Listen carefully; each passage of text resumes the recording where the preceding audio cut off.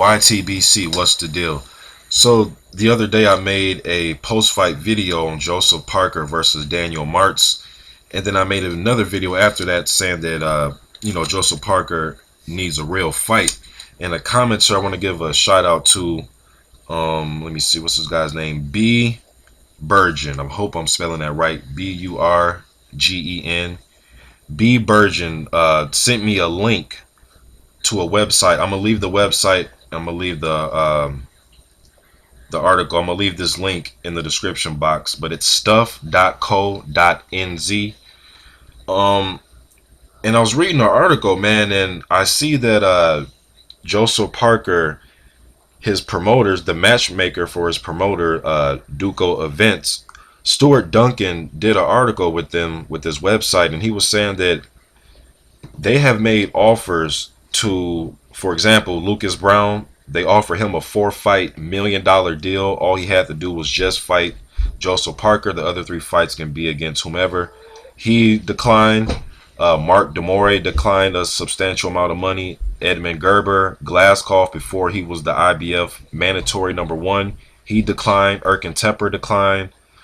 Arnold Jiergjai declined. Shannon Briggs declined.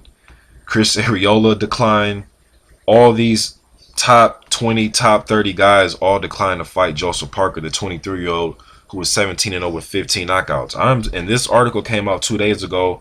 If this is true, now this is just one guy saying this. There was no paperwork shown or any contracts or any emails or any phone calls or text messages. But just if this stuff is true, there are people terrified of this young man if guys are getting offered a substantial amount.